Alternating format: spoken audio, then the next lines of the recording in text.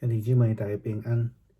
今仔日是2021年2月19号。今仔日的经文是诗篇86篇，撒母耳上卷15章第10节到31节，使徒行传第5章第1节到11节。今仔日要甲大家三角分享的主题是欺骗。最近有一位基督徒伫网络顶悬来问牧师。伊讲，若准遐个犯罪的人，拢伫上路尾认罪，因就会当进入伫天堂吼，得救进入天堂。安尼伤无公平啊吼！我毋知影即个问题，咱的兄弟的想法以及咱的答案是啥物货。的确，对人的角度来看，迄个十字架边迄个。甲耶稣顶做伙迄个死刑犯，伊敢若讲几句话，耶稣就甲讲，呾你甲我共放伫迄个龙园内底啊。侪年前，台湾有一个杀人犯，咱讲无恶不赦的陈进兴，即个杀人犯，因为伫感觉要接受死刑之前，伊悔改受洗，照圣经的讲法，伊就被接纳赦免。有真侪社会的人，特别是无信主的人，因感觉无法度了解。也有人真侪人批评基督教的做法。当然，咱嘛会当用真简单的讲法讲，得救的权柄是伫上帝安尼就来甲解决掉了吼。不过，借着安尼来去思考基督徒的信仰的时阵，则无法度解决迄个疑问啦吼。当然，要解决即种的疑问，嘛毋是遮尔容易的代志。牧师有几个想法，几个角度来想啦吼。第一个，当然咱知影，上帝无愿意一个人沉沦，伊愿意人人拢得救。即个人人拢得救，当然包括义人甲罪人嘛。特别是第二个角度，耶稣甲咱讲，伊来毋是要为着义人伊来是为着罪人所以伊甲咱讲，破病的人才需要医生嘛，健康的人哪有需要呢？对毋对？但是咱基督徒时常拢甲法利赛人，或者是讲用那共款，徛共一个角度咧看救恩啦吼。好若亲像讲，上帝的救恩，也是讲上帝要赏赐救恩吼，爱征求咱的同意才会使啦吼。亲像用那对尼尼微城的人共款啊。但是咱袂记即上帝爱人对心内真真正正的悔改，然后家己甲上帝建立美好佮正确的关系，安尼人就会得到救啦吼。若无，就算是以色列人，基督教将来嘛要受到审判，迄个佫较严格吼。今仔日的经文，撒母耳上卷记载扫罗王违背上帝的代志，互上帝后悔来竞选伊，成做以色列的王。圣经咧讲，我后悔入扫罗来做王，伊已经离开我，违背我的命令。违背上帝的旨意是啥物意思？会当讲我讲你都无爱做，用那嘛是违背上帝的旨意吼。或者是讲，咱讲一个人若骄傲，心目中无有上帝；一个人若违背甲上帝所立的誓约，所以无搁再听上帝的命令，用家己的思考，咱离开上帝的道路，嘛是一种的欺骗，敢毋是安尼？使徒行传第5章第1节到第11节记载一对夫妇。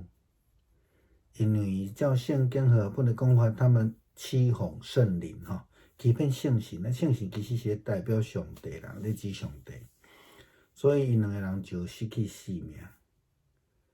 但是，咱毋通亲像侪人误解即段的圣经讲上帝收无奉献，就共刑罚这甲奉献其实是无关系啦吼。上大的问题是因违背家己甲上帝的誓约，这是上大的问题，这是一种欺骗。因为因讲卖了房地产了后，就要全部来奉献，但是卖了房地产了后，佫讲要拆留一部分的钱，吼。所以必着安尼伫经文，今仔日经文内底甲咱讲啊，这房产还未卖出去是你的啦，卖了后钱嘛是你的嘛，你为什么存心要安尼做？你毋是欺骗人，是欺骗上帝。所以咱请咱会记得，甲奉献无关系，是甲伊甲上帝中间的誓约有关系。所以倒转来，牧师伫前言的时阵所提到迄位基督徒伫网络顶悬会提问：如果一个人犯罪得罪上帝，那是毋捌上帝的人，伊必须爱家己去面对家己的刑责。时阵咱看迄个十字架边仔两个人，因拢会面对迄个因所犯的刑嘛吼。但是若准会当亲像其中一个人，伊真诚心来认罪，安尼伊会当得救。但是如果亲像阿拿尼亚甲撒非拉这对夫妇共款，因用欺骗的方式，不但是捌一个好名，佫无做实际因所答应的代志，安尼因所要受的刑罚就佫较严厉。咱咧看见讲，因所受的刑罚，甲迄个另外迄位无要愿意承认主耶稣基督，迄个强盗共款。如果亲像咱昨所讲的清气家己共款啦吼，咱千万毋通掠做讲无人知啦。阿拉尼亚甲撒非拉因就抱着即种心态。所以就讲无要紧啦，骗一个吼，收淡薄无要紧，无人知啦。但是就亲像耶稣基督伫马太福音第6章第5节到第8节，伊咧讲到祈祷的时阵，伊安尼讲恁祈祷的时，毋通亲像假无为善的人，爱踮伫个会堂甲十字路口祈祷，故意叫人看见。基本上这嘛是一个欺骗吼。伊讲，我实在甲恁讲，恁已经得到因的赏赐，吼，因已经得到因的赏赐。恁祈祷的时阵，爱进入伫迄内房，关门起来，祈祷伫你暗间中间的爸，你的爸伫暗中咧看，要报答你。你的祈祷毋通亲像外邦人用这重复的话，因掠做话真济，就要得到上帝的来接纳。你毋通来学习因，因为恁所还未求大成，恁所需要的，恁的爸已经知影。所以咱毋通掠做无人知，其实上帝拢知。甲上帝的誓约是种的祈祷，所以毋是用欺骗的方式，也毋是用迄个表面的，因为伫咱还未开喙的上帝，就拢已经知影咱的需要。咱掠做四围拢无人看袂到的时阵，其实上帝拢有看到。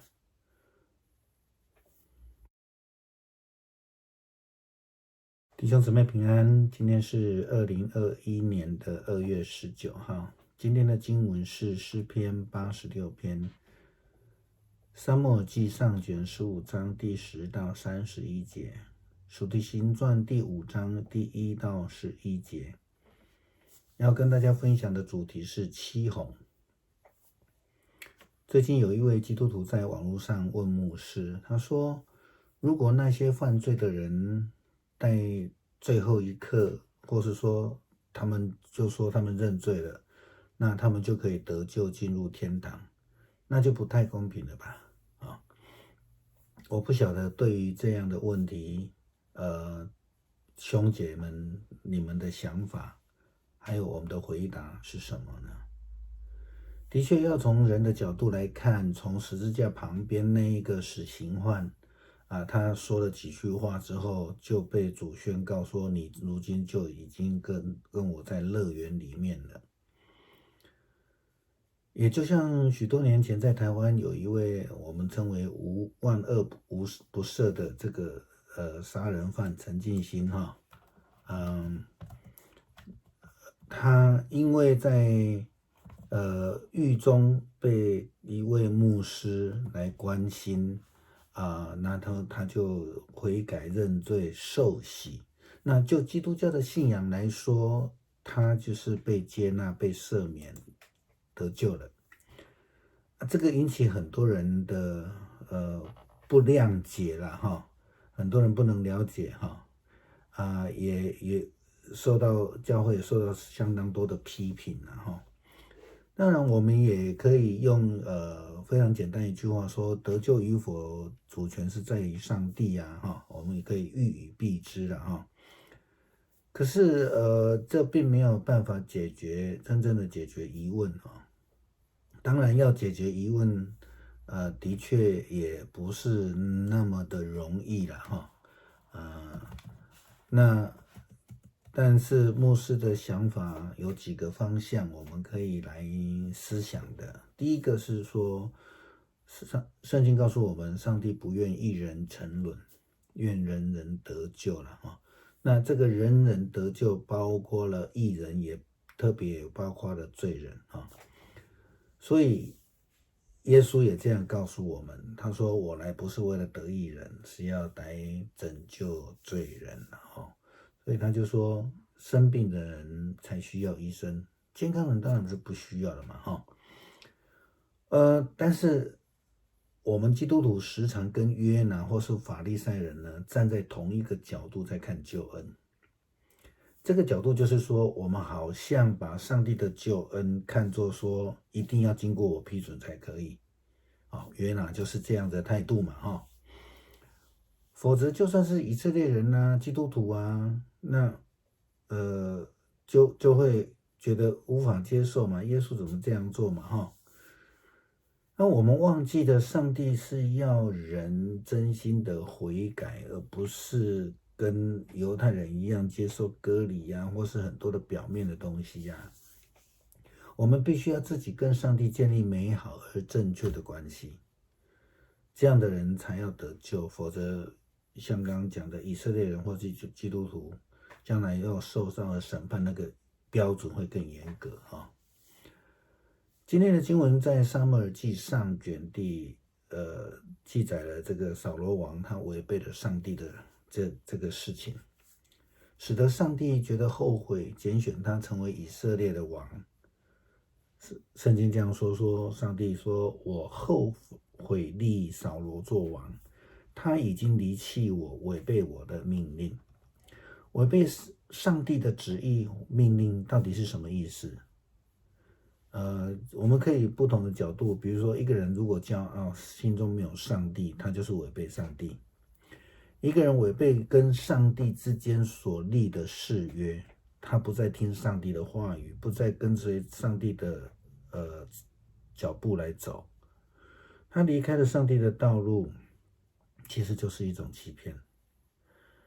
使徒行传第5章第1到第11节记载了一对夫妻，这是住在教会的夫妻，他们因为欺哄了圣灵，因此他们双双的失去了生命。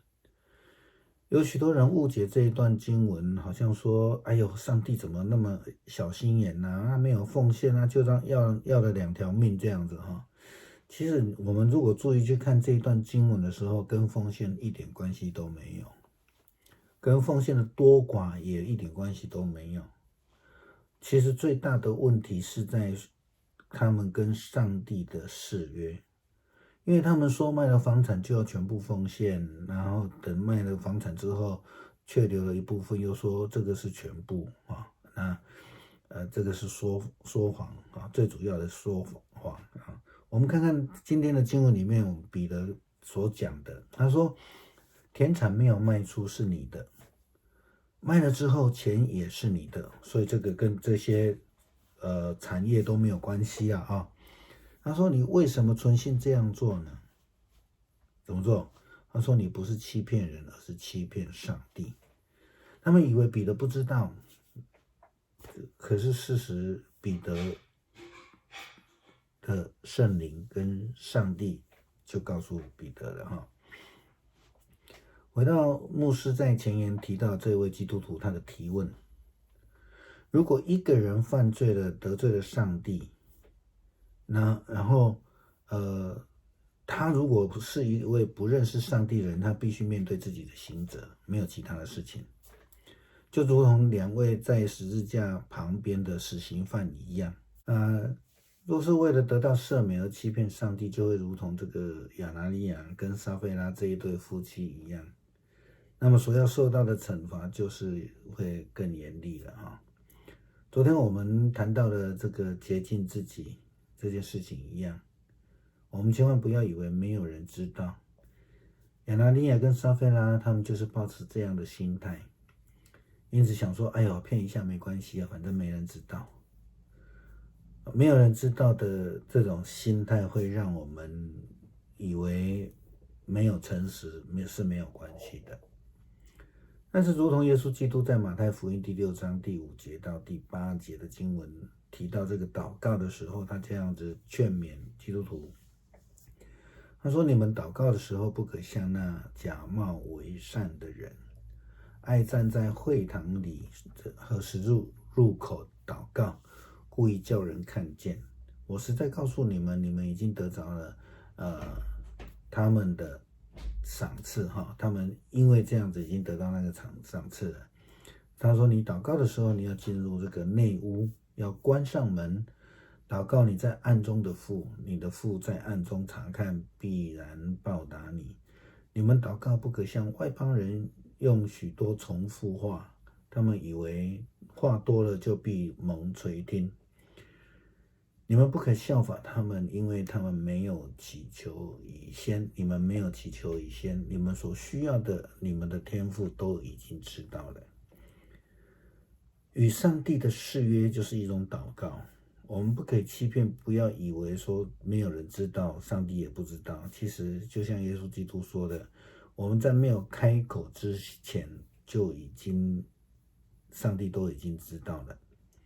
当我们以为四下无人的时候，上帝也都已经看到了。